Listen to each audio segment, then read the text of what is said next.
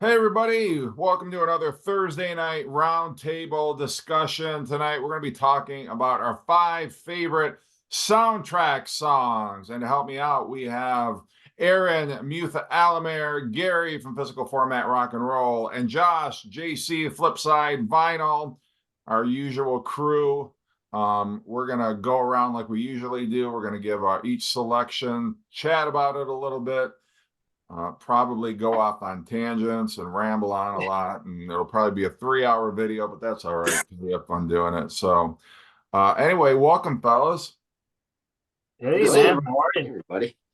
All right, well, we picked 5 of our favorite soundtrack songs, and we didn't put any rules on it. We didn't say, well, it's got to be a soundtrack exclusive song, or it's got to be a soundtrack specific, it has to be all variety of artists. It can be any song on any soundtrack album. We're not putting any caveats on it. So I'm really curious to see what you guys picked.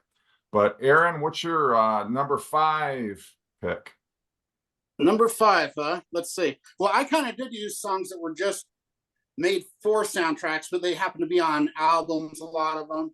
But nowadays it's so hard because everything's on a soundtrack because they don't really use scores anymore. And it's really weird. They don't actually make songs for movies anymore. They just use old songs. So you can pretty much pick any record up here and you find a soundtrack song. But for my number 5, I'm going to go with this one. And this is the song that really got me into this artist. Now he's one of my favorites. He has been since the 80s. And I'm going to go with He's Back, the Man Behind the Mask from Alice Cooper. And when I first heard that song, it's like I knew of Alice Cooper, but I heard that and I loved it, went and bought the cassette, and then it was a downward spiral into Alice Cooper land, where I got into all of this stuff. That's the song that got me into Alice Cooper, and it was for one of those Friday the 13th movies. I don't know which one, maybe 6. I'm seeing it doesn't even say on here, but I know it was for one of those, but then it appeared on Constrictor, which is actually my second favorite Alice Cooper record. And I just love that they use the Jason sounds in it and everything. And it's kind of a little more polished than some of his songs, but I've always loved that song. I still love it. It's one of my favorite things to hear when I'm playing this record. It's the end of the record, and I'm always like, had a few beers by then and singing along with it, of course. Love that song. He's Back, the Man Behind the Mask. That's my number 5. That's a cool pick. When I was younger, I remember there was this bar in town I used to go to, and they upstairs, they would play music and dance, and they used to play that song like as a dance song. Wow. And Not I on always Halloween. I'm like, who the hell even knows this song? But yet people would dance to it. I mean, I thought it was awesome myself. But Did they play Feed My Frankenstein too? nope. Oh. But they played that, that shing, shing, shing, shing, shing. He's back, the man behind the mask, and he'll steal your soul.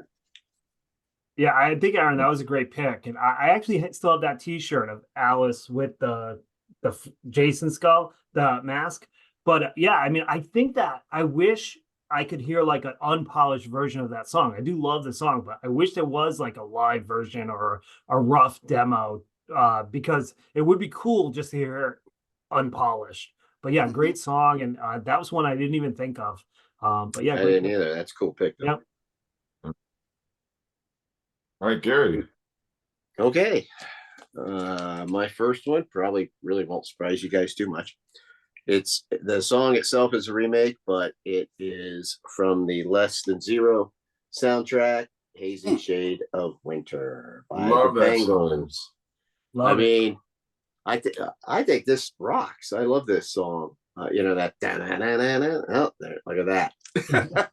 He's got the actual soundtrack as opposed to just the single here.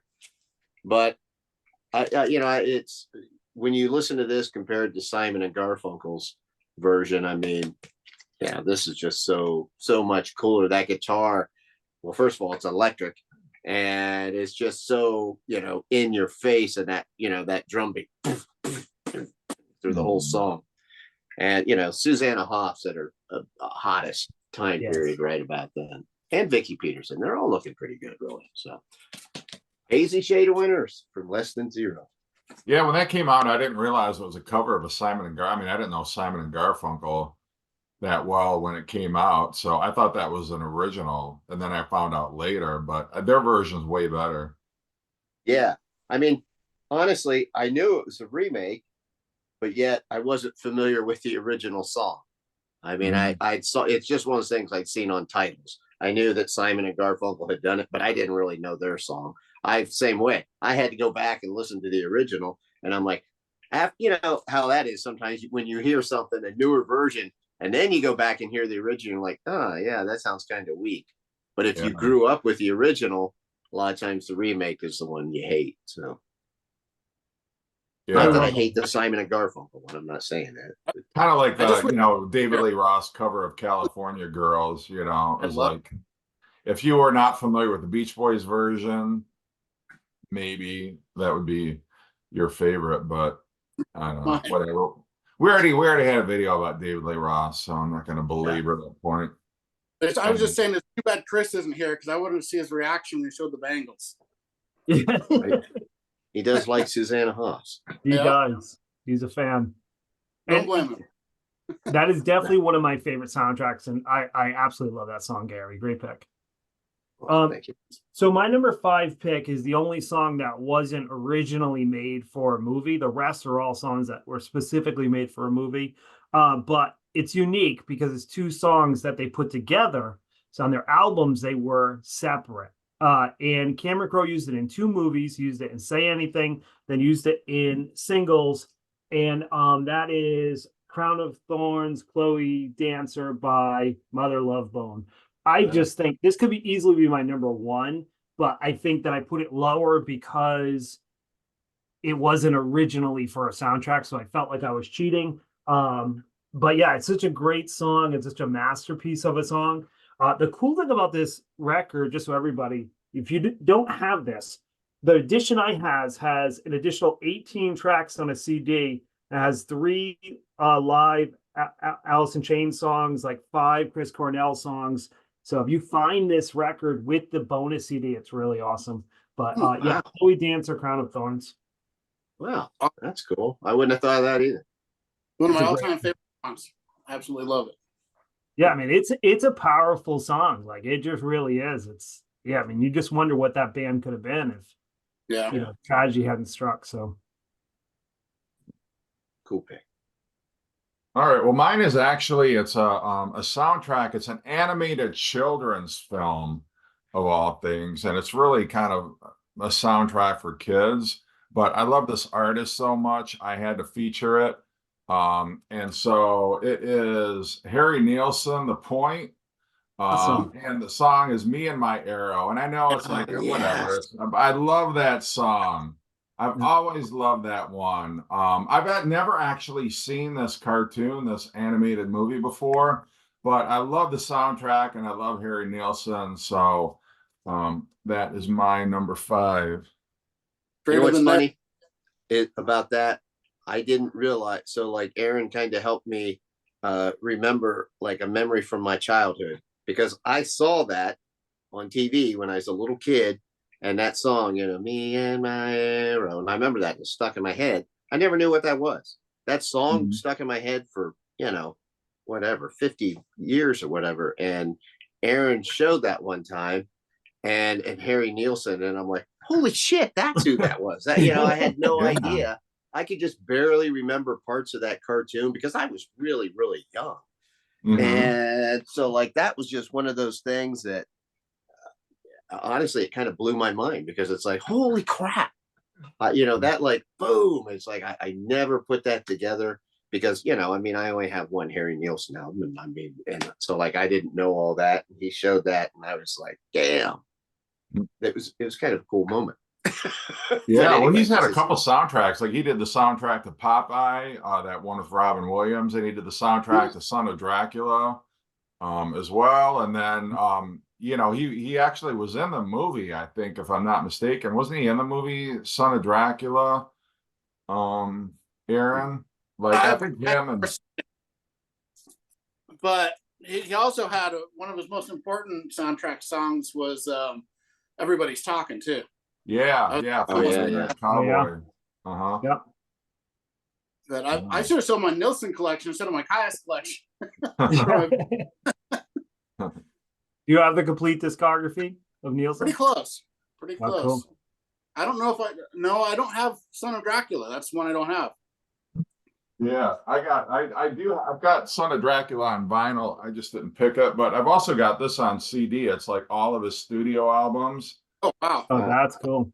It's like a 16 CD thing, and it's got like a couple of bonus discs with outtakes and rarities and stuff like Wow. that. But yeah, it's really cool and they sound amazing.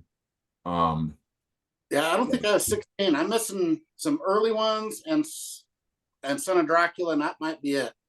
mhm. And I have a couple compilations too. Yeah, the Son of Dracula's got a weird cover because it's like it folds out and it's like not the whole cover. It's really it's kind of like John Lennon's Walls and Bridges, you know how that cover is. But yeah. Looking for that one for a while. Yeah. So was Harry Nielsen a fan of the Universal Studio Monsters, or was he just like, I'm not sure. because he has the son of Nielsen too, right? Like that's Yeah. like that's what those Universal movies would do, is they would be like, oh, this is the son of Frankenstein. This is the, like it was just a way of saying like a sequel, right? Yeah. So, Yeah, and I don't think it's a straight monster movie. I think it's just kind of like a trippy, like a bunch of like I think John Bonham's in it and Yeah. like Keith Moon and like all his like drinking buddies were in that movie. I think it was just kind of like this whimsical romp that really had nothing to do with I mean, I think it like was loosely based on Dracula, but I think it was more just kind of like a rock and roll, Yeah. movie kind of a thing, a drunken rock and roll romp. Was Yoko What'd you say? in it?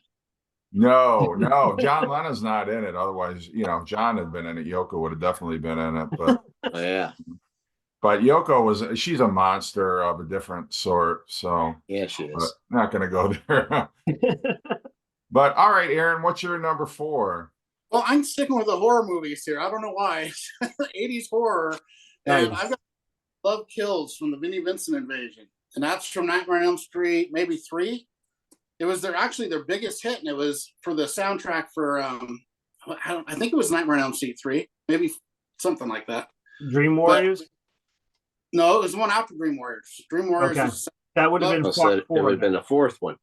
the fourth one, fourth, and it was their biggest hit they had for Vinnie Vincent Invasion. It's it got a lot of airplay, and then they broke up. Kind of weird. But I always loved that song. Mark Slaughter's voice is great on it, and it's just Vinnie Vincent did a great job on the songwriting. It's very catchy, really good song. I love it. Here's the back here with that strange band, Vinnie Vincent Invasion. But Love Kills, one of my favorite songs of the '80s. I love that song. Aaron, did you know that Bruce Dickinson actually did Bring Your Daughter to the Slaughter for Nightmare on Elm Street? Yep. I think it was 5. And then Iron Maiden told him they didn't want him to put it on his solo album because it was supposed to be on Tattooed Millionaire. And they said, no, we really want to save it for the next Maiden record.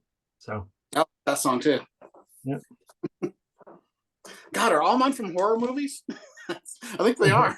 I don't know, not? but both of those surprised me. I might have used that Alice Cooper if I would have thought of that. Yeah, Love Although Kills. Love Kills, I didn't even know that was from. I haven't heard that Vinnie Vincent one in a long time. So. I think Love Kills actually made it into the top 20 on Billboard, if I remember right. It was a pretty Wow. big hit. wow. Yeah, it's a It's great top song. 40 for sure. I thought it made it into the top 20 or really close to it. All right.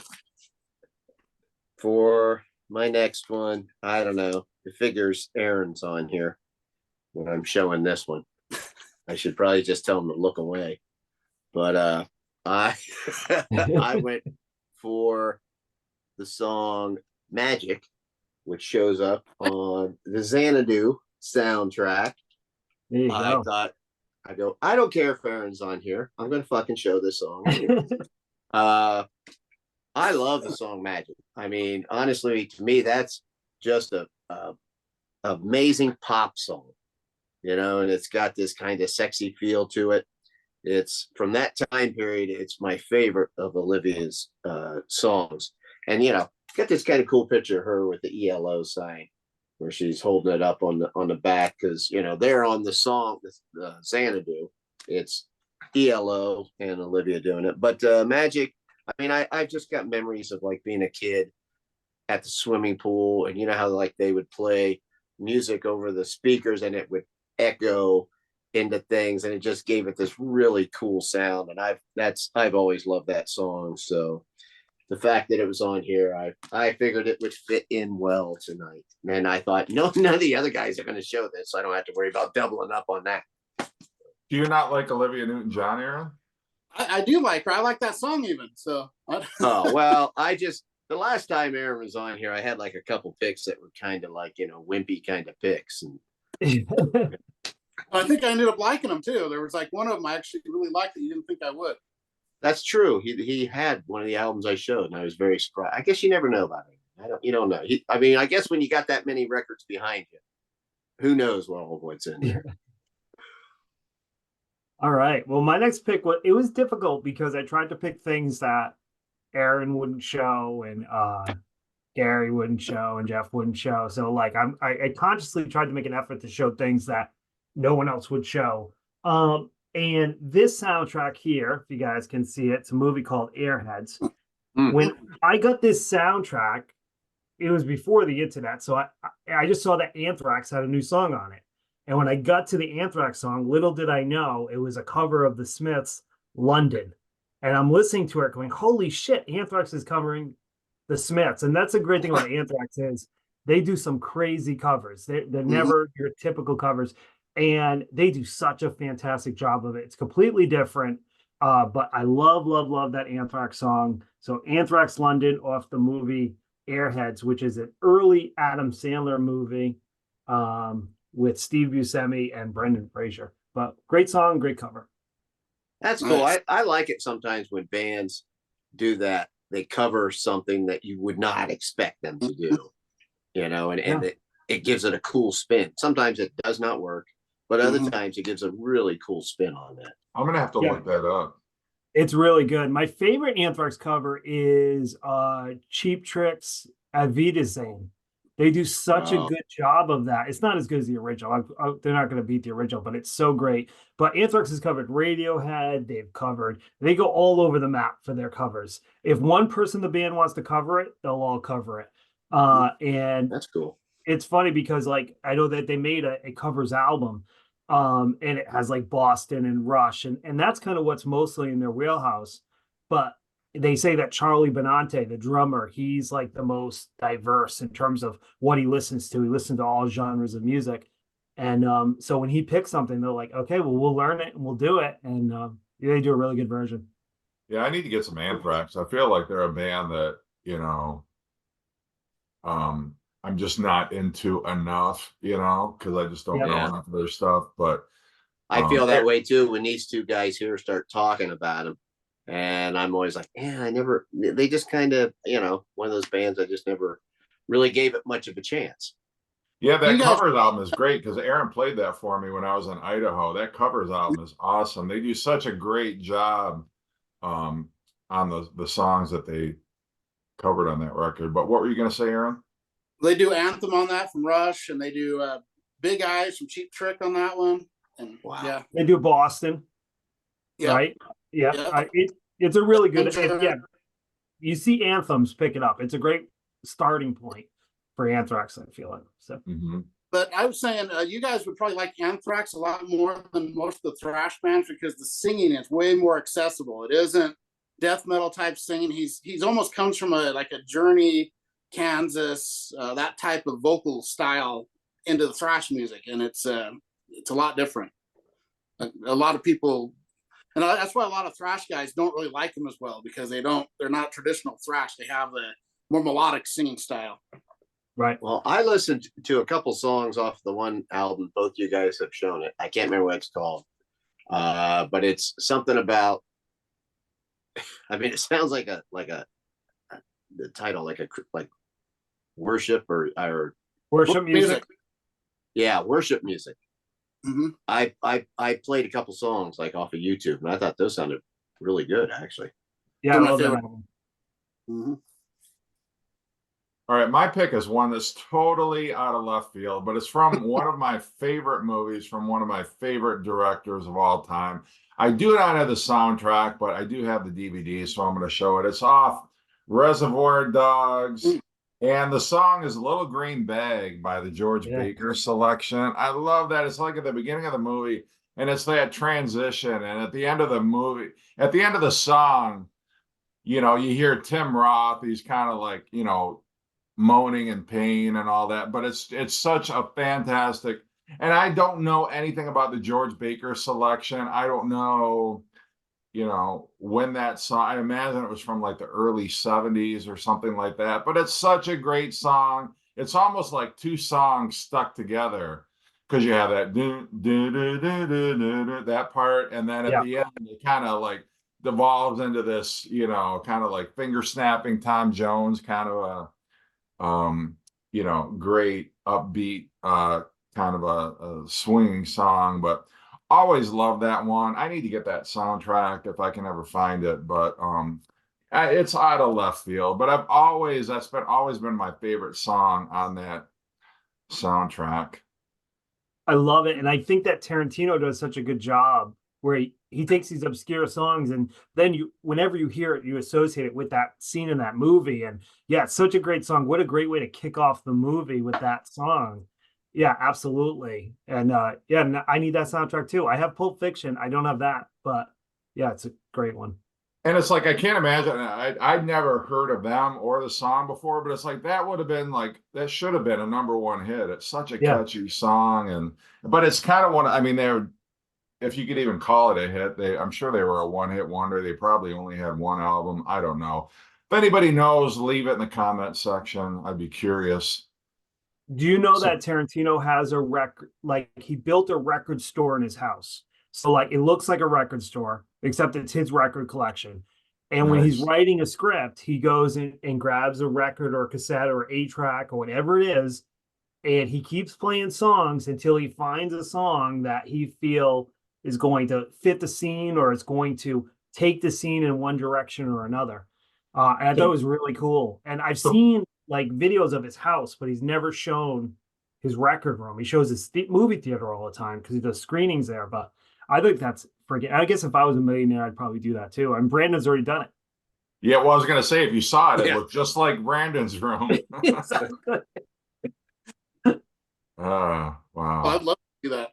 Yeah, no kidding. I mean, I think that's really like when ultimately we all became collectors, we just wanted our own record store in the comfort of our own home. Exactly. Yeah.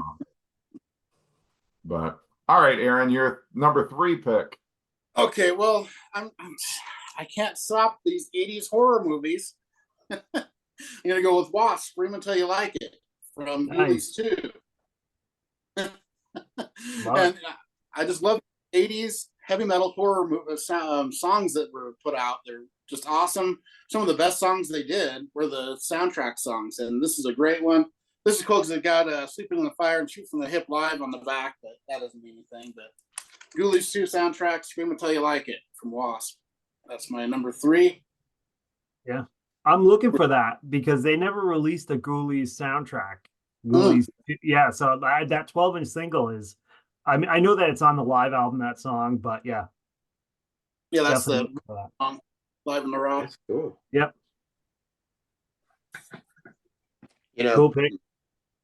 I was thinking while you were talking, Josh, about how they, Quentin Tarantino putting different songs in movies and stuff, but that kind of goes along like with what Aaron said at the beginning. So many times now they just, they don't, unless it's a Walt Disney film, they're not making songs specifically for a movie. They're just grabbing songs and then you associate it with that. That is kind of funny. I mean, I never really thought about that until he said that, and then you were talking about it, and I'm like, yeah, in the past, like what, 15 years or whatever, it's just, Oh, there is.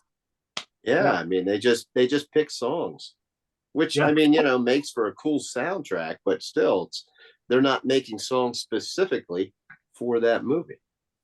I really unless noticed it's a cartoon thing. Yeah, I really noticed it like on the new Ghostbusters, because the old they had the Ghostbusters song for the original one, and Now they put the new Ghostbusters, just like all the other movies have one song right after another after another. It's really going to date these movies. Or 20 years from now, everyone's going to look back and it's going to be everything's. It's going to be like the '80s keyboard sound, and you're going to look at the movies; they're all the same. It's like they don't have any originality, picking songs here and there, which is cool. But it gets old, and I get sick of seeing that in every single movie where it's just one song after another. And sometimes I prefer a score with just a song or two here and there. I don't 'cause mind otherwise when it's it's just- a. Oh, go ahead. You first. I was gonna say, otherwise it's just like a K-Tel Records album. Right. You know? Yeah. It's one thing if you're going to pick completely obscure songs. Like to give you an example, like Good Will Hunting, nobody knew who Elliott Smith was. So even though those were old songs or older songs, he was such an obscure artist that they introduced the artist to the world, right? And they had one new song on there. But I do feel like if you're going to choose totally, completely obscure songs that nobody knows, then it's cool. You know what I mean? Because that soundtrack could be like, but it's like, how many movies do we go to when we hear Just Like Heaven by The Cure? It's nauseating at this point. You know, it's like every love movie is going to play that song. You know, and I love that song. So, Yeah. I mean, I got no problem with other songs being in it. Yeah, it's just cool though if they can at least have one song. Yeah. That was written specifically for that movie. But it really drives me crazy watching movies, and they play a song, just goes right into another song, right into another song. It just doesn't ever let up, and I can't watch a lot of movies just because of that. It's weird to me. So I'm weird. No, man, they're modern movies. It's been rough. A lot of these movies suck. I mean, I'm not trying to offend anybody watching this, but the movies in the 70s and the 80s and the 90s will always be my favorite era of movies. You know, besides the 1930s horrors that I watched, and only me and Gary watched those. Yeah. All right. Were you going to say anything else, Jeff? Or? No. Okay. Well, this one is all these songs were written specifically for this movie. And I can thank my good buddy Josh that I own this because he sent it to me. And that is the Crossroads soundtrack. I love this. And the song I'm going to pick is the title song, Crossroads, which of course is an old Robert Johnson song. But it's Ry Cooder singing and playing guitar. And honestly, I mean, I love this way more than I do Cream's version.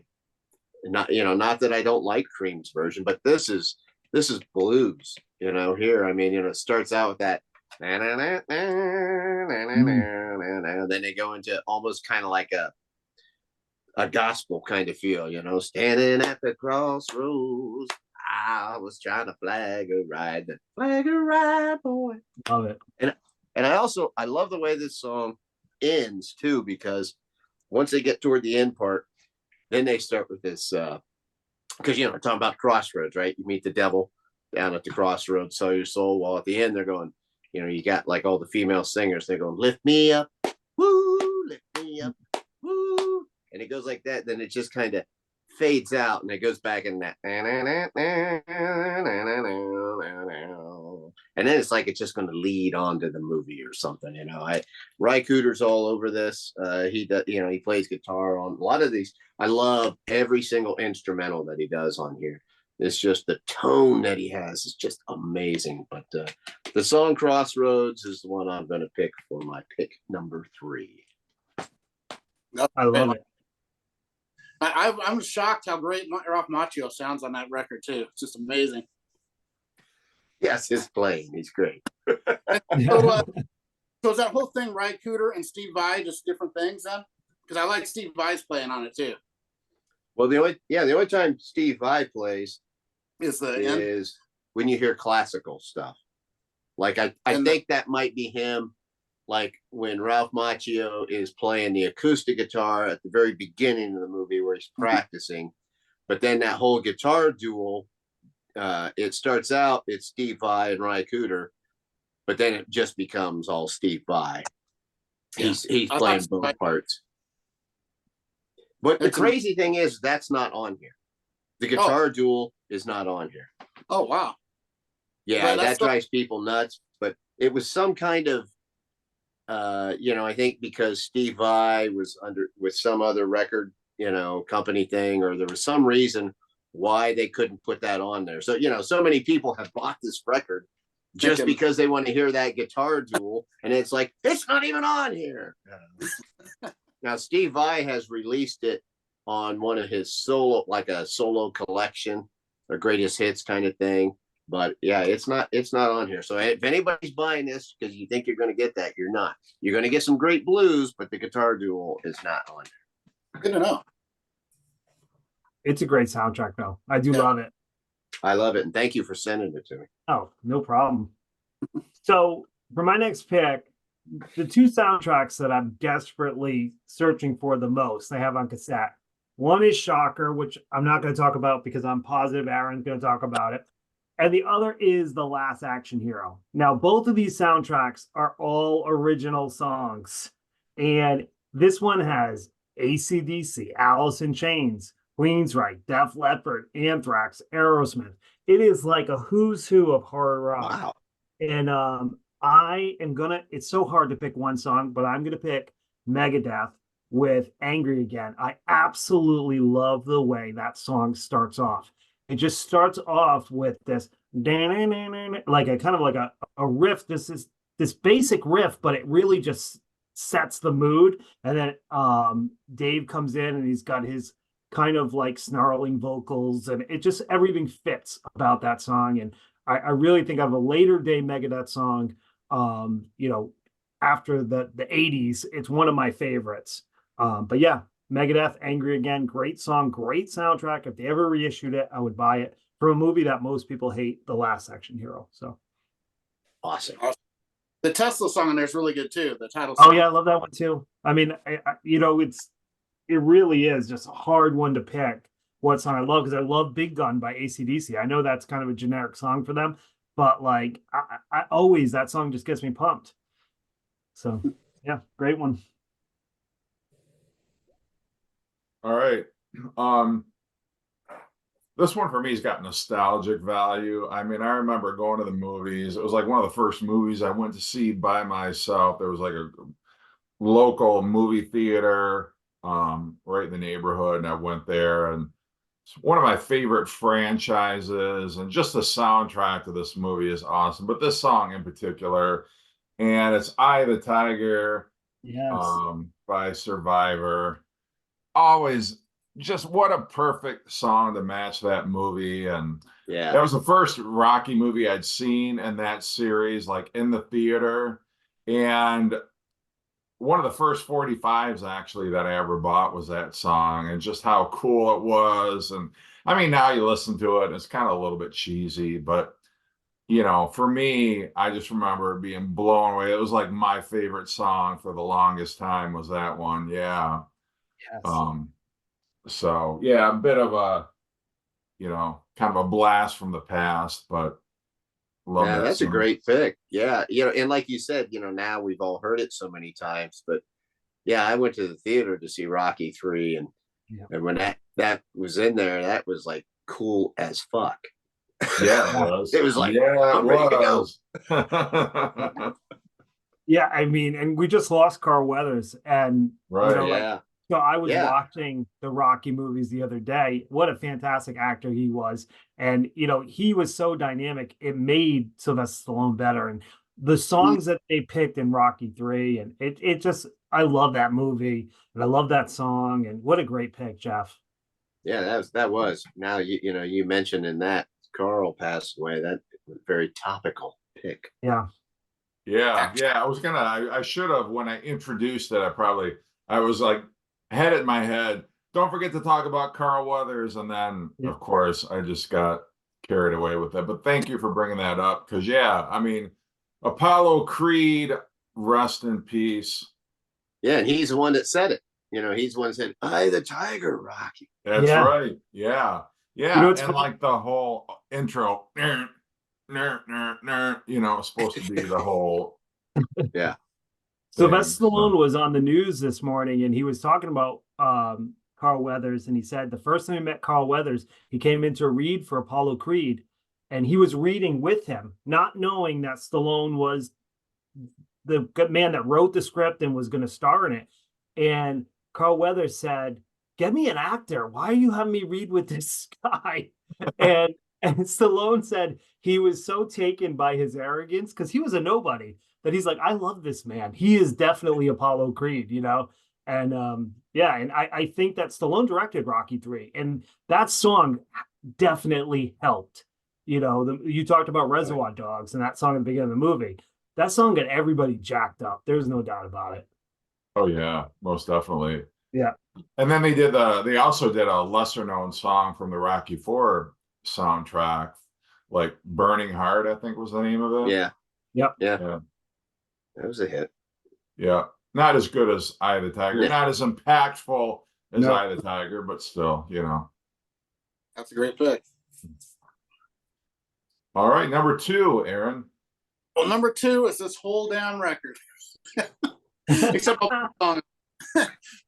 I've got to go with After Midnight from Trick or Treat. Yes. Yeah. This is my favorite soundtrack ever. I love every song on it. I could have went with the song Trick or Treat or Don't Stop the Fight or Tear Down the Walls or Get Tough. But After Midnight, I think it's one of the most underrated singles of the 80s. It was so good. And I met one of my best friends because of that song. And he became the singer of my garage band. And he had just moved in across the street from me. And this album just came out, and I was addicted to the song After Midnight. I loved it. And I heard it playing from his room upstairs coming down. He had like an upstairs bedroom, and I heard it playing out of his room, and that's how we met. It was like, oh my God, you love that song too? And so I have a great memory of this. And the movie's all right, but the soundtrack is excellent. I mean, the movie's pretty good. It's a little dated, but After Midnight, one of the best songs of the 80s. Absolutely love it. Had to put it on here, and it's my second favorite soundtrack song ever. And I do have some oddball ones I might throw in at the end here, but that aren't heavy metal. Was that a cover of the Eric Clapton? Was that the Eric Clapton song they covered? No. It's a little different. Okay. It's a song, Jeff, but I can. Have you ever heard After Midnight by Fastway? Mm-mm. We'll It's have a to. fantastic soundtrack. Sorry. Yeah. Really catchy song. It's one of Fastway's best. And I actually have my Fastway Easy Living hanging right up here now that you sent me, Jeff. So thank you. Nice. Yeah, well, you got me that first Fastway album, so I feel like my introduction to Fastway is well underway. So, All right. yeah, awesome. I love that- Fastway. That Fastway debut is one of my favorite debut albums of all time. Hey, it's great. It's It's awesome. smoke. Yeah, I originally, when I made my original 5, I had that song and that album, and I'm like, no, I know Aaron's gonna pick something off of this, so it'll let me just pick something else. So I had it here just in case I got down to if maybe he wouldn't do it, and I was gonna put it on there, but here you go. So this one, my next pick would be, unfortunately, I almost didn't use it because I don't really have the album that originally came on. This is a soundtrack album, but it's not the soundtrack that this was originally from. So this is a Bohemian Rhapsody soundtrack. And the song I'm picking is Who Wants to Live Forever, which is off the Highlander movie, which came out like I think in '86. But I don't know that. And it's on It's a Kind of Magic album. And I don't have I didn't have that either. So I almost didn't use it. But that is one of my favorite songs in a movie because of where it's used in that. Yeah, there it is. It's on that one. Are you guys familiar with the Highlander movie? Oh, Yeah, in fact, I Absolutely. saw Highlander at the same theater I saw Rocky 3. Okay, so you know the whole thing. If anybody else, they're immortals unless one of them is killed by another one, type thing. But that's the main character, the main Highlander character. His girlfriend at the time, or his wife, eventually he stays young, she grows old and dies. And when she dies, that's that song playing, and you're like, it's like it is actually a very emotional scene. It's like, who wants to live forever? He lost the love of his life. And then, when you take it years later, a few years after that, Freddie Mercury passing away, and you hear him singing that song, it even adds something else to it. So it's an extremely an emotional song. I think it's probably Queen's most emotional song, besides The Show Must Go On. Those two are, to me, those are like tearjerker songs in a way. I mean, if you want to be sappy about it, but that part, that line in there where Freddie goes, our love must die, in there, and it's like, ooh, man, that was something right there. So I had to throw that one in there. Who wants to live forever? I've got a question. Was that used in the movie, or I thought it was in the TV series? Was it in both? It was in the movie. Okay. I don't know about the TV series. I only saw a handful of those, but I know it was in the movie. Okay. Yeah. You ever see Talladega Nights, Ricky Bobby, where he's talking to the French guy and he goes, it's like Highlander. And the French guy goes, what's Highlander? And Ricky Bobby goes, it's the greatest film that's ever been made.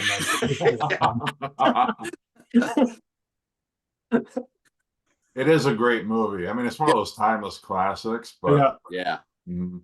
They kind of ruined it by doing all the sequels, though. They made it, there can only be one, and there's a million of them. But the first one, Yeah. I agree. The first one's a classic. They should have kept with just one. Yeah, same with Revenge of the Nerds, and yeah, same exact thing. I love the movie, but I haven't seen it in probably 2 or 3 decades, so I couldn't remember exactly. It's been a while, but I saw it about 20 or 30 times back when it was out, or soon after. Yeah, it's been quite a while since I've seen it too. So my next pick is from my second favorite soundtrack of all time, Less Than Zero. And I'm going to go with Glenn Danzig, You and Me, Less Than Zero. Just so the backstory of this song is, this was recorded in 1987. So it was before the Danzig debut. Danzig was in the band Samhain and very goth metal. And on this album, he also writes the Roy Orbison song, Time Fades Away. And the song that Glenn Danzig sings on this is very Elvis, very Roy Orbison. Glenn Danzig's at the height of his vocal prowess. It's not even remotely heavy metal. It's not even in the ballpark of heavy metal. It is complete. I can only imagine what people were thinking that were fans of Samhain at the time. But to me, I discovered this song, even though I was a huge Danzig fan, I had never heard this song. I had just not picked up this soundtrack, and I just assumed it was a metal song. And then the first time I played it, which was probably the early 90s, I was like, whoa, this is crazy, but I absolutely love it. Supposedly, Rick Rubin, who produced this entire album, had saw Samhain in the club, said, I want to sign you guys. I'm working on this soundtrack. Maybe you can help Roy Orbison write a song, maybe write a song for it. And at that time, the Misfits wanted to sue Danzig for his name, the name The Misfits. So he said, well, if I'm going to sign a contract with you, I'm just going to use my last name, Danzig, and I'm no longer going to be called Samhain. That's how he went with his last name. But I love this song. It's a great song. And this soundtrack is a perfect soundtrack to me. I love the Bangles, like Gary had already said. It's got Slayer on it, doing In the God of Vita. It's just a perfect soundtrack. Love it. So that's my pick. Awesome. That's a cool pick. Maybe the coolest soundtrack ever, if we're going to be honest, right? It's really cool. I mean, like going back to Cali, nobody was really listening. Well, the mainstream wasn't really listening to rap in 1987. So, it was great that he's got Slayer and LL Cool J on the same album and Public Enemy on it. It's just, and the Bangles. I mean, it spans so many different genres. It's like, what do you like? You got it on there. You can find a song on there somewhere that. Yeah, you can't find a song you like on this album. Like, I'm not going to say you're going to like the whole album, but everybody should be able to find at least one song they like on that album. Yeah. All right. Well, my pick is one I don't. Yeah. My pick is one I don't own. It's off the Mask soundtrack by Cher. You Are So Beautiful, the Joe Cocker cover. No, it's not. Anyway, I'm just fucking with you. Anyway, my real pick is, and this was anybody, most people don't give a shit about this band, but if you know this band, you probably know them for this one song. And it was off the Pretty in Pink soundtrack. It's Orchestral Maneuvers in the Dark and their song If You Leave. Just a fantastic track. And it's really not all that representative of OMD. I mean, that was like their biggest hit. It's a song most people know them for, but it's not, I mean, it kind of is their sound, but they're a lot, they're a lot different sounding than that. But that was my first introduction to OMD. I had no idea. And then I heard them, and then it was one of those bands where I saw a record of theirs on the wall. I'm like, oh, weren't they on that Pretty in Pink soundtrack? And then all of a sudden I'm like this huge OMD fan. But great soundtrack. And so many, I mean, the Smiths are on here, INXS is on here, so many great artists as well. New Order is on here as well. I mean, it's really like a new wave best of almost, but I'm picking OMD If You Leave off that one. That's a great pick, man. I just watched that movie again. Oh, did you? Yeah, it's kind of a pointless movie. It's just like, but the soundtrack is The fantastic. soundtrack's great. I mean, Psychedelic Furs, the title track, which has got horns on it. The original version, which is off their Talk album, does not. But very cool roster of artists on that soundtrack. Absolutely. So, get that one in. But all right, Aaron, your number one numero uno pick. Well, Josh knew it was coming. And my favorite soundtrack song of all time is on the Shocker soundtrack, and it's Demon Bell from Dangerous Toys. It's actually one of my favorite Dangerous Toys songs, and it's just a fantastic song. And I've even heard on Sirius XM, there's a thing called Liquid Metal where they play the really heavy, like almost too heavy for me stuff, where it's like the death metal and all that. And they played that on there. They're in Halloween. He's like, the guy's like, you guys check this song out. I was like tripping out because they were playing Demon Bell on there.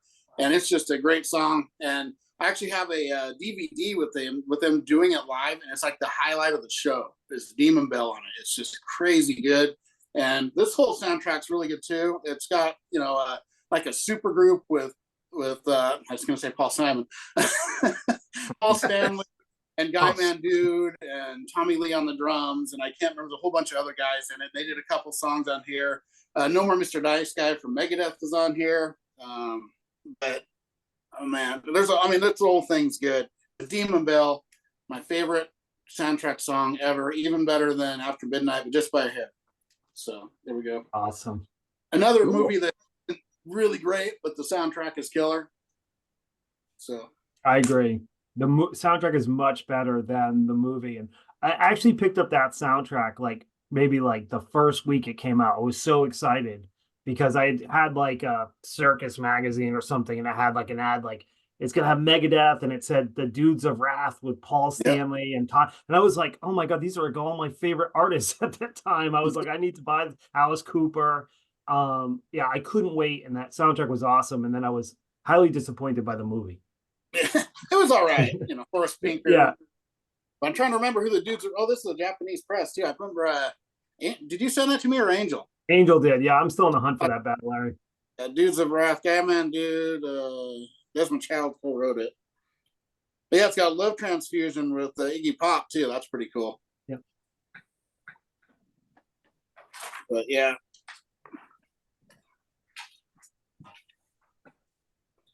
All right. So my number one pick involves two artists that I love. The song was written by Bruce Springsteen and done by Joan Jett. That is a title track, The Light of Day. Love it. Yeah, I've always loved that song. I used to be when I, I had a garage band, I made them play this song. And this is the highlight of this movie. The movie is, it's all right. It's nothing amazing, but the fact that it's got Joan Jett in it makes it pretty cool. Joan Jett and Michael J. Fox, they're brother and sister, and they have a bar band.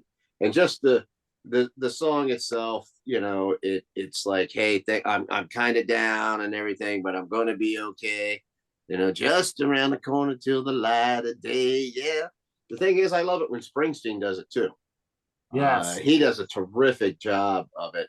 And if you've ever heard it when he does it on that Plugged, Yeah. he didn't go unplugged, but he did Plugged, and he does a fantastic version of that song on here. So, but that we didn't hear that for years before. All we knew was Joan Jett doing it, and I love it. She still does that, most of the time when you see her in concert, still does it. It was a big hit for her. So Light of Day is my number one pick, Joan Jett.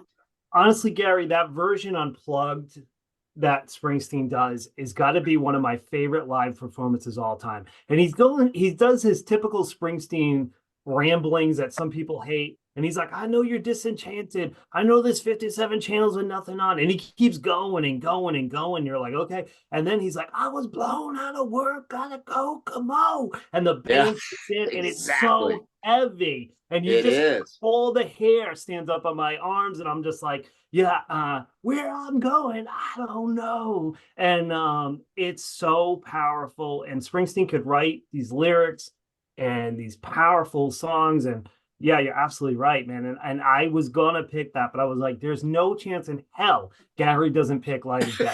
Like, I would have bet as much as I knew Aaron was gonna pick this, I knew you were gonna pick that. And yeah. Awesome. Well, and all the great songs that Bruce Springsteen just gave away, like Because of the Night, being another one, and it just shows like, oh yeah, I got the song lying around. You want it, and it's like a number one hit. But I think what it was I'm trying to see it on here, but I think it was Jonathan Demme, who was a director. Yeah. And he knows Springsteen, and he asked him, hey, would you write a song for this movie?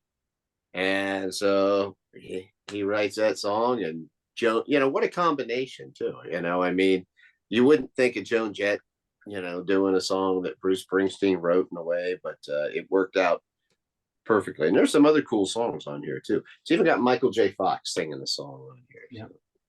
I actually saw that movie in the theater when it came out. I was all hyped up for it. And that's actually one of my top 5 Joan Jett songs. I like that one a lot. And I've never heard the version. I'll have to check that out. Oh yeah, so good. Definitely check it out. All right. My next pick it's definitely one of my favorite soundtracks. One of the reasons why it's my favorite soundtrack is I used to have this friend, Mark Baker, rest in peace, great guy. And we used to go over his house, and he had the type of parents that didn't give a fuck what we watched. We were just little kids, and we could watch anything we wanted, and they didn't care. We'd watch all the crazy rated R movies, unrated movies. But one of them that we we constantly rented The Lost Boys. So it fills me with great memories of being a kid. And that song Cry Little Sister, such a great song. I love this soundtrack. It just great memories as a kid. And it's probably one of the reasons why I love it so much. But I'm gonna go with Cry Little Sister. It's a great one. And thanks to parents that don't care what their kids do. I felt like all my friends, none of their parents cared what we watched. So anytime I wanted to watch an R-rated movie, I'd always have to go to their house because I could never watch any of that stuff, like the Cheech and Chong movies. Oh yeah, Porky's, all that stuff. My mom was offended by regular television. You know what I mean? Like, she was just like, it was terrible. Like, oh my God, the video for California Girls got MTV banned in my house because of like, they were degrading women, as my mom put it. And my mom wouldn't let me watch Three's Company. She wouldn't let me watch Three's Company. Oh man. Yeah. But all my friends' parents, they didn't give a shit. There was, and now that I think about it, there was a time that I was probably like 10 years old, and I'm over at this kid's house, and mother goes, I'm going out. And this is like, she didn't come back till like 2 a.m. Me and this kid are just chilling. Like, these parents did not care. Um, Different world, guys. oh Yeah. yeah. Yep. All right. Well, my number one pick, and I don't own the soundtrack to it, never seen the movie, but it's by one of my favorite artists of all time. And I'm going with Live and Let Die from Paul McCartney. It is on this album.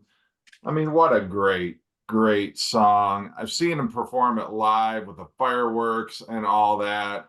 How'd you have that so close by, Aaron? Was that going to be one of your honorable mentions? It was going to be one of mine. I had the Okay. actual soundtrack. Olivia did Yeah. on, and I magic.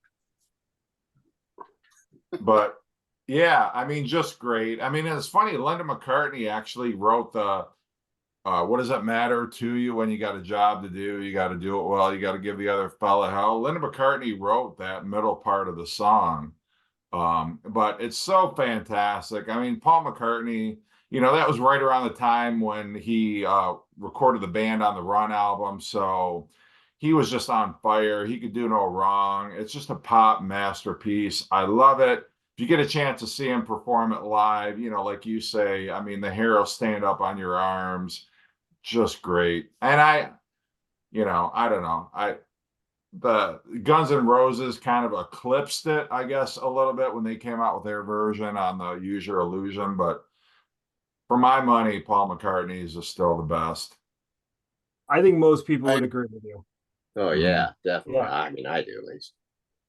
I do like Guns N' Roses version of that better than their version of Knocking on Heaven's Door, but I still like the McCartney version better. Yeah. Yeah. All right, honorable mentions, Aaron. I know you got about 40 or 50. Just got a few, but there's one I wanted to mention, and I don't have it, but I can't remember the name of the damn song, but it was that song from Donnie Darko. What the hell was that called? Oh yeah, Mad World. Love it. Mad World. And Killer. the cover I of love, Tears for Fears by Yeah. Gary Jules. Oh, no kidding. Wow. yeah, love that. Yeah, but I was gonna mention Who Made Who. That almost made the cut. Love that, and the two extra Chasey Ace and BT from that.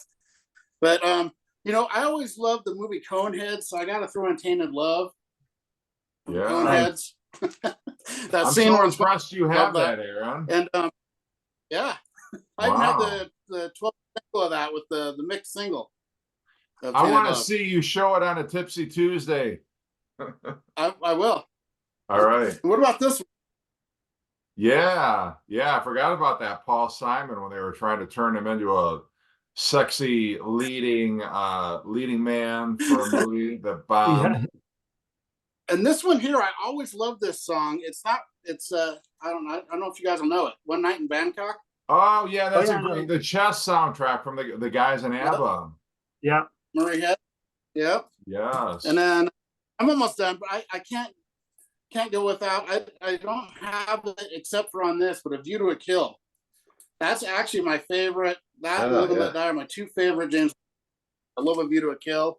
Great And I'm one. about done. Except for one more I wanted to throw in, and that would be Dead Man's Party that they played on Back to School from Oh, Oingo Boingo. yes. Wow. Love that. I'm This on also the has hunt. Good. Weird Science and Dead Man's Party are both on this. Yeah. But Dead Man's Party I like better. I love that Me song. too. Oingo Boingo. I'm So on the they're hunt like, for go crazy. I'm on the hunt for Weird Science and that Oingo Boingo. I love both of Yeah. those. Yeah. Well, they're both on this Yeah. record. The What's record's called. They're both on this record. Yeah. Both songs, yeah. Yeah, I Awesome. used to have that record and I sold it back when I got rid of all my original vinyl collection. Oh man. And Yeah, Gary, my favorite Oingo Boingo I gave to Chris, and I haven't been able to find it again. I love that album. Oh On the man. hunt for it. And I don't think he even liked it that much, but I love that. I forgot the name of it. It's got like a guy on it, like weird leaning over. Only a Lad. I don't think that's it, but I love Mm. that Oingo Boingo record. But that one's right up with it, Dead Man's Party. So I didn't go too nuts, just that. I'm done. Well, I'll just show a couple. I mean, Jeff already said this one. He said "Live and Let Die." I don't have the actual soundtrack, but from heavy metal, the song "Mob Rules" by Yeah. Black Sabbath is on there. But I can only listen to "Mob Rules" if I listen to E5150 first. because Nice. it leads into it. And to me, it's all one song. And then the other is probably another one where Aaron should look away. But I took Phil Collins, Against All Odds. Take a look at me now. I don't know. I love that song. I love just it think it's too. a dramatic song. And Rachel Ward in this movie. My goodness. Yeah, Gary, Phil I have, that, Collins, he actually. Sorry. What's that? I have the single of that, so I don't have to look away. Okay. Yeah, I actually have the single too, the picture sleeve single. But Yeah, I Phil think I Collins should- actually wrote that about the breakup of his first marriage. Like that was actually a very autobiographical kind of a song. Really? Yeah. I did- mhm, See, I did not know that. I Yeah. thought it was just fit into the movie. No, he actually wrote that because his wife was leaving him, and he I mean it ended up being a huge hit, but that was actually like what he was going through at the time. Oh, there you go. Yeah. Great pick, Gary. I love that song. So for me, there's one I didn't pull because it's an old song, but it's a live version on the Metal Years. Alice Cooper does a live version of Under My Wheels. And I Yeah. absolutely love it. It is just so good and so heavy. I know Axl Rose and Slash is on it, but even if it was just Alice, it's just they pick up the tempo a little bit on it, and I just absolutely love it. And the original is one of my favorites, so I can't say that this is better, but I love it. And I don't have the Good Will Hunting soundtrack, but I do love that song, Miss Misery. And then I really do love, and some people are going to laugh, but I really love Holiday Road off Yes. National Lampoon's Vacation. I think that's a great song, and I love It's All Right off Caddyshack, one of my favorite movies. I mean, they're kind of cheesy songs, but I really love them. And then one last one, and I'm not a huge fan of this band, but I really love the song Dead Souls by Nine Inch Nails on here. It's very like you can hear their influences by like The Cure and Depeche Mode on that song specifically. I feel like Dead Souls is a good mixture of Pretty Hate Machine and then what Trent eventually became with the heaviness of the Downward Spiral. But Dead Souls on the Crow is a really great song. I love it. So those are my honorable mentions, and I'd like to Cool. say one. When you just showed A Vacation and Caddyshack, those are two of my three favorite comedies ever. oh yeah, Those they're two in the so good. favorite I love when Rodney Dangerfield goes, "Hey, want to earn $10 the hard way?" Ted Knight rules in Caddyshack, though, man. Oh yeah, oh yeah, he's a legend. Yeah, Yeah. Ted Yeah, that's Knight. a great Yeah. movie. Those are my type of movies. Me too. Yeah. 70s and those 80s raunchy Favorite comedies. You mentioned Elliott Smith, JC, but how about Needle in the Hay from the Royal Tenenbaums? Yes, I have that on vinyl. That soundtrack. Yeah, I Mhm. love it. That Yeah. whole soundtrack rules. Oh yeah, no, it's great. Is a quick one while he's away from the Who on that one. Yep, it is. It's a double LP. If I ever find it again, I'll buy it for you, Jeff. If you don't own it, it's a difficult one to find, but it's so good. Yep. I love that movie. Yeah. Oh, me too. I love it. Mhm. Yeah. All right. Well, that was a fun one, guys. Soundtracks. I'm sure there's so many more. I mean, I know my list could have easily gone into 15 or 20, but we'll be back next week with another interesting topic, which we'll discuss off camera. Let me close this video out. But yeah, thanks for joining me, guys. Thanks for watching, everybody, and have a great weekend.